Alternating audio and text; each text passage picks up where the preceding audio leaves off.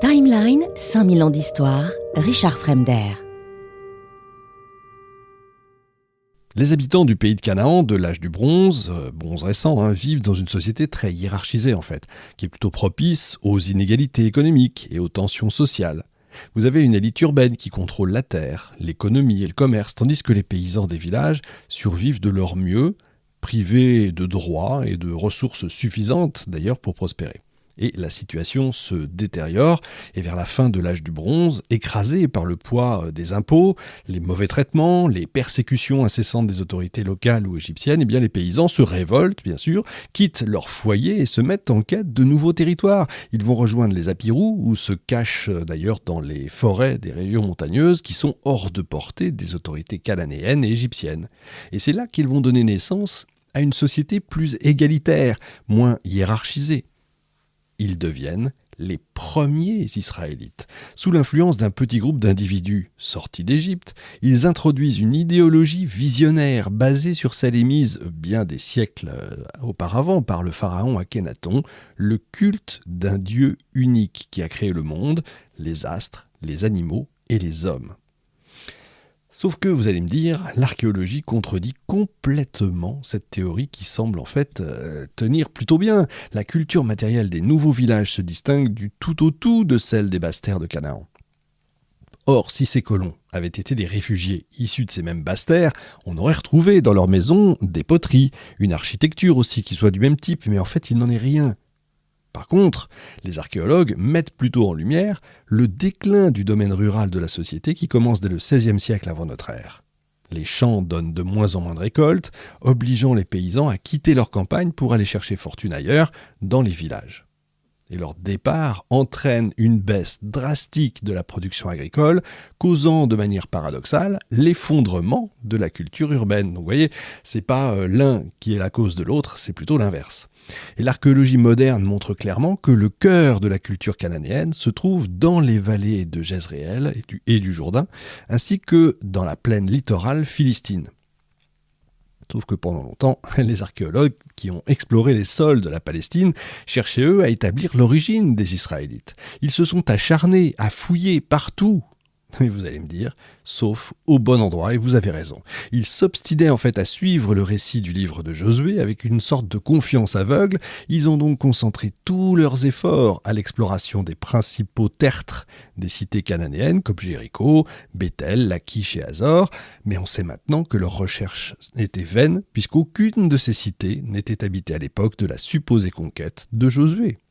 Leurs fouilles, même si elles ont été minutieuses, ne nous apprennent absolument rien sur les premiers Israélites. Et pour cause, ces villes sont situées le long de la plaine littorale et dans les vallées, très loin des régions des collines boisées, qui ont assisté, elles, à la naissance du peuple d'Israël.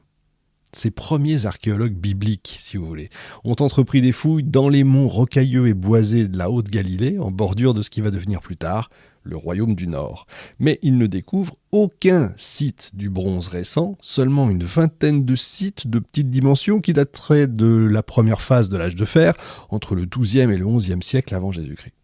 La guerre et les troubles politiques qui vont secouer le Moyen-Orient, entre les années 1920 et 1967, de notre ère bien sûr, mettent bien évidemment en coup d'arrêt, un gros coup d'arrêt aux recherches archéologiques, vous l'imaginez bien, et finalement, quand les fouilles peuvent reprendre, elles sont entreprises par une nouvelle génération d'archéologues qui allait former aux nouvelles méthodes de recherche mondiales. Et l'objectif principal n'est plus de chercher à authentifier le récit biblique, mais au contraire d'établir une carte précise du territoire occupé et d'analyser le paysage ancien de la région. Là, on est plus dans la politique que dans la science, vous l'avez compris. Pour ce faire, ils ne vont pas fouiller un seul site après l'autre, mais plusieurs sites de façon simultanée pour obtenir une vision globale de l'occupation de la région dans le temps et de les dater en s'appuyant sur les tessons de poterie. Vous avez le même principe d'ailleurs dans l'émission, si vous écoutez l'émission sur l'histoire de l'Algérie qui va arriver dans quelques temps, qui va être en ligne dans quelques temps, vous aurez les mêmes, les mêmes visions. Évidemment, l'archéologie est nettement politique, bien sûr, en tout cas utilisée de façon politique, nettement politisée. Et donc c'est comme ça qu'ils vont mettre au jour les vestiges d'un réseau très dense de villages, de montagnes, visiblement fondés en très peu de temps, en une, deux ou trois générations, si vous voulez, seulement, aux alentours de 1200 avant Jésus-Christ. Le pays semble alors connaître une véritable transformation dans la région montagneuse. Pourtant, on ne trouve nulle part de traces d'une quelconque invasion, ni même d'infiltration d'un groupe ethnique clairement déterminé. On observerait plutôt une évolution dans le mode de vie. Dans les Hautes-Terres, jusqu'ici dépeuplées, viennent s'installer près de 250 communautés qui aménagent des zones agricoles et construisent des villages depuis les monts de Judée au sud jusqu'aux montagnes de Samarie au nord. Ce sont eux, encore une fois, les premiers Israélites. Cette nouvelle occupation est donc soudaine et uniforme.